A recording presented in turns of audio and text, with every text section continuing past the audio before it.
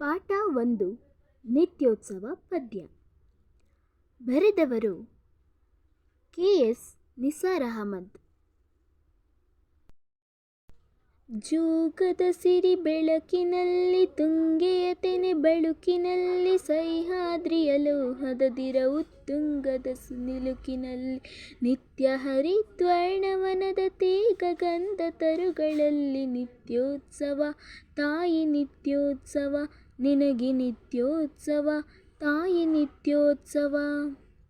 ಇತಿಹಾಸದ ಹಿಮದಲ್ಲಿನ ಸಿಂಹಾಸನ ಮಾಲೆಯಲ್ಲಿ ಗತ ಸಾಹಸ ಸಾರುತ್ತಿರುವ ಶಾಸನಗಳ ಸಾಲಿನಲ್ಲಿ ಒಲೆಗರಿಯ ಸಿರಿಗಳಲ್ಲಿ ದೇಗುಲದ ಭಿತ್ತಿಗಳಲ್ಲಿ ನಿತ್ಯೋತ್ಸವ ತಾಯಿ ನಿತ್ಯೋತ್ಸವ.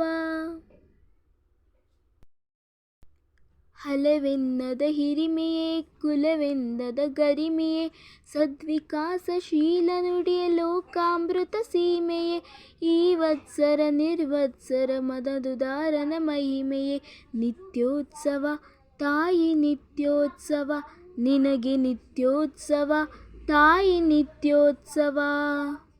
ಧನ್ಯವಾದಗಳು.